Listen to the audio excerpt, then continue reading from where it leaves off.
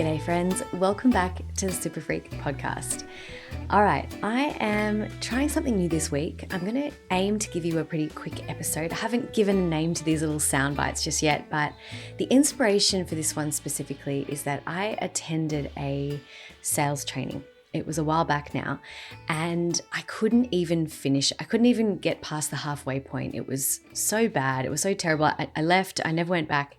And I realized, you know what? I have something to say about this topic. I have quite a few things to share about it.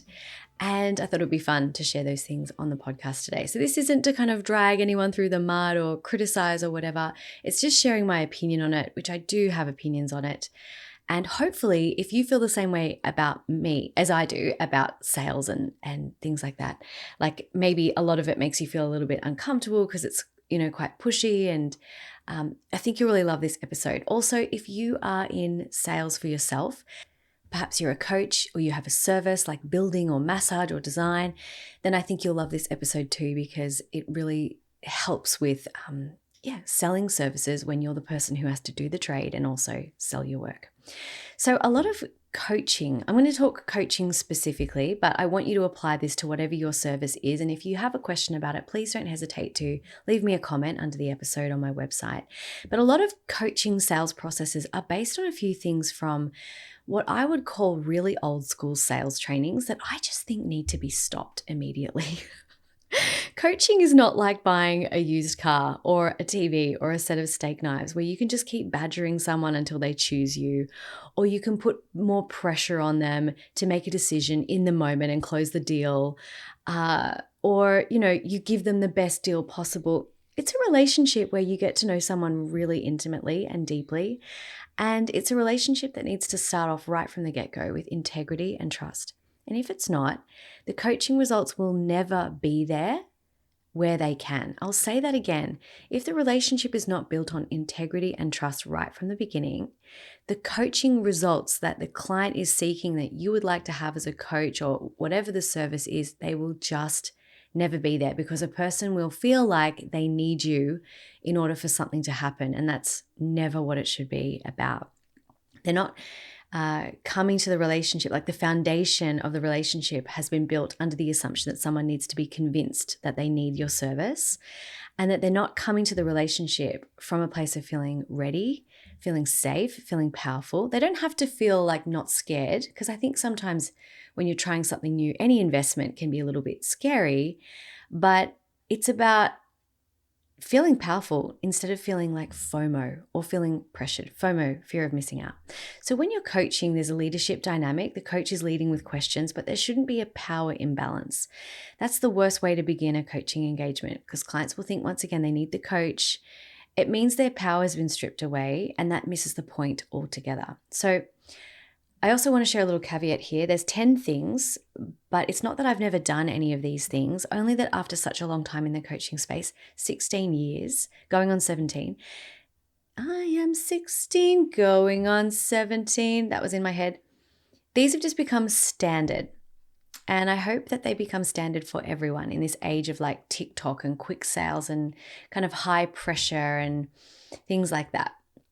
So these 10 things really go against the grain of so much of what I was taught all those years ago, but they feel really good to me, so hopefully they give you some insight too.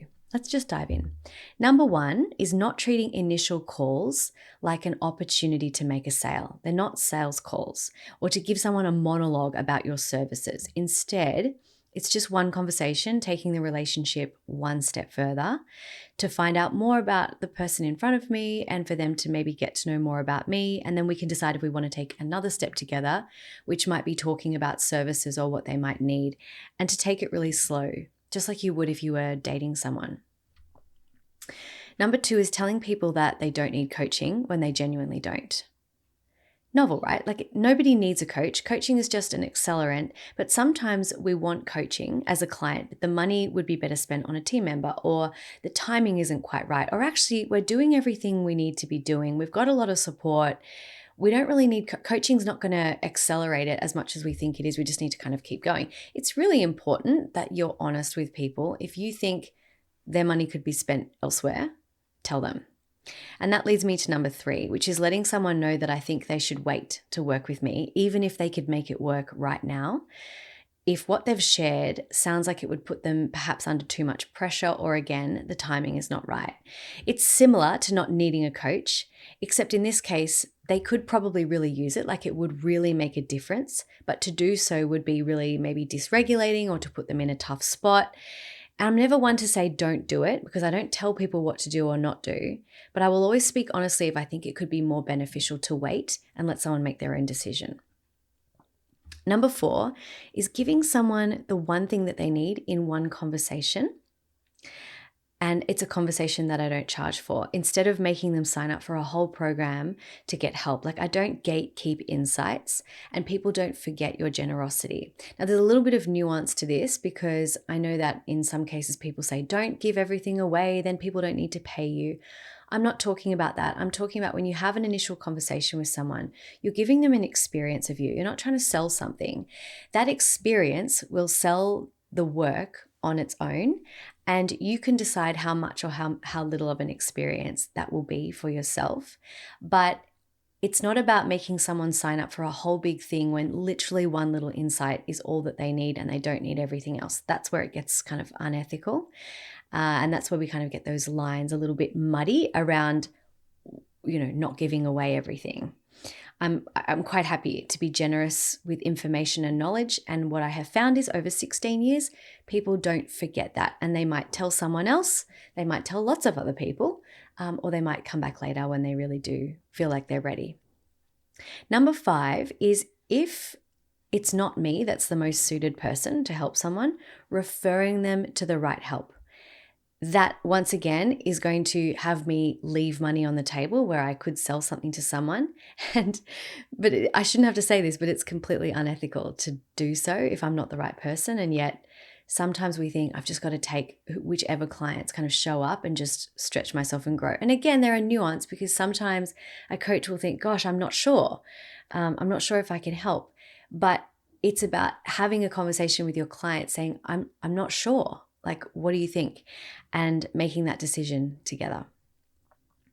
Number 6 is never closing the sale on a call with me. Now, this one is going to grind some people's gears, I know. But what I do instead is tell potential clients, just go away and think about it. Even if they're like, send me the forms, let's go, I'm ready to go. I'm like, nope, just go away and think about it.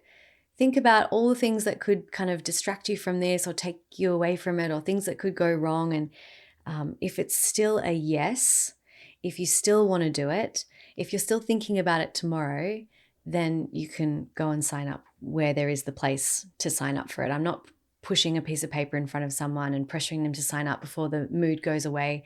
I would rather them let it kind of sit and really think about it, and give the mood the potential to go away.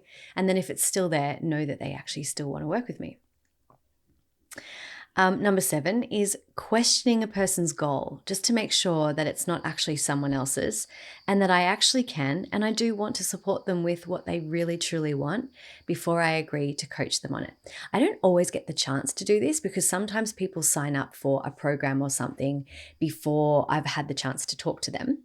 But I will do my best to figure this out with someone when they start inquiring with me, just to make sure, as part of the process of clarifying if I'm going to be able to help them. The reason I do this is because sometimes people reach out for coaching because they think I'm the person who's going to help them with some massive goal. And when I question what the goal is and why they've got it, and they receive that question and understand that, like, oh, actually, I don't know why I want that goal, the coaching kind of already begins. And it's a fun way to just get to know someone a little bit better, see if they're coachable, and clarify between the two of you if there's like a chemistry there where you can work on things. I'm not questioning for the sake of questioning. I have a practice, though, of not always taking the first goal or the first reason why a person thinks that they're here as the reason why they think that they're here. And if my questioning helps them clarify whether they actually need or want coaching or not right now, then it's a good question to ask in that initial stage of getting to know one another. Number 8 is I have no formal process for following up. Okay, the fortune is not in the follow-up. I have a very strong stance on this, and I know a lot of people don't agree with me. That's okay. But this is a phrase that's widely attributed to Jim Rohn, who is a very old school sales teacher who pushed the idea. He had great success and he created a lot of very successful salespeople. This is nothing against Jim Rohn, of course. I think he's a genius in a lot of ways. He really pushed this idea that your success will depend on you not really accepting no for an answer. And that's where a lot of this idea of follow-up kind of comes through. And sometimes a person's no doesn't sound like no. Sometimes a person's no sounds like maybe not now. Sometimes it sounds like they're ghosting you. Sometimes they just don't get back to you because they get busy, but it's because it's an actual no and they don't want to necessarily say it. And so this can be interpreted, this idea of like the fortune being in the follow-up can be interpreted really differently depending on the scenario. Also, not accepting no for an answer. But here's my stance on this. If someone really wants coaching or whatever you're selling, they will still be thinking about it after they speak with you. They'll still be thinking about it later. It's not that I don't follow up anyone. It's that if I do ever reach out to someone, it's because I'm genuinely just thinking of them. I don't have like a list of people that I need to follow up who have reached out. And there's a difference. It's coming from a genuine place of connection instead of trying to get someone to do something. So if someone really wants coaching with you, they're going to make it happen on their own. They'll commit in their own time. They'll get the resources. They'll make it happen. People are not dumb. They don't need you to badger them. And if you need to chase them, guess what? You'll probably be chasing them right through your coaching program. They won't be 100% committed. They might be initially. Your work might be amazing. It might be worth chasing people over, but there's a different way and a better way, in my opinion, to have someone get to the point where they're making a decision to join you, and it's not through badgering people. Here's the thing. I mentioned at the start of the episode that there can't be a power dynamic. So let's think about it from another perspective. A good therapist does not chase you down to get therapy. A great art teacher does not follow you up to get art lessons. A surgeon doesn't follow up about you getting surgery. Their focus as a professional is on professional ethics and patient or client care. In these situations, sometimes, of course, they have a team that deals with the admin side of things, but they're not badgering you about signing up for surgery. Where this becomes a gray area, though, is because as companies of one, as coaches or solopreneurs, we do have to have our own enrollment and sales conversations, let's call it. And typically what's taught in the arena to entrepreneurs is the same old stuff that's taught to people who sell used cars, unfortunately. I don't think coaching fits into that category. I think coaching fits more into professional services and something that people need to actually want in order for them to get the results. And it has to begin right from the very beginning. So this is where coaches, in my opinion, need to lean further on word of mouth referrals and creating resources and experiences and discoverable content that serve potential clients so they have all the information that they need to make an informed decision on their own. The irony is, I actually don't have to follow up on people because they reach out to me with enthusiasm, either to give me an honest answer, whether it's a yes or a no, because there's genuine rapport, genuine connection, and I'm genuinely excited to hear from people, no matter what their answer is, because clarity is what I'm after for someone else. So when people are left to their own timing, there's a sense of safety and a sense of trust from both sides, and it creates a really powerful beginning to a relationship, whether it becomes a coaching relationship or just a relationship with someone. So that's my stance on not following up and why, and I have lots more to say on it, but that's what I'll say because it's just number 8 out of 10 and I'm trying to keep this episode short. Number 9 is similar to this one, not handling or even coaching people on their, I'm doing air quotes, objections. Instead, listening and letting people figure it out for themselves using transparency and empathy and integrity and values-based sales. This is another ethical practice for me and not everyone agrees, and that's okay. When I was trained in sales a long time ago, I used to do door-to-door sales for a short period of time in a past life, but I was taught initially to respond to objections with a specific script that sort of reframed or coached or handled what someone was saying. For example, I can't afford it. Your response might be, this is a really lame one, but you can't afford not to. depending on the scenario, that might actually be a really great thing to say, but I never, ever, ever, ever, ever used these scripts. It's not that objection handling is bad or incorrect. It's a fundamental tool for sales and persuasion and negotiation, and tools don't have morals. People do. It's that it can very quickly and easily become a power dynamic and manipulative, and it can even disregard a person's autonomy and actual needs and fail to acknowledge really legitimate concerns and even exploit vulnerable people. When, as the person who is sharing the work, you have a list of things people typically say and you're ready to go with a response, and they've never spoken to someone like you before, and they're in a situation where they might need help, or they're trying to figure out something really important in their lives and they're just being pounded with these objections, So traditional sales and objection handling doesn't teach people how to spot when it's not in integrity to kind of help someone reframe something.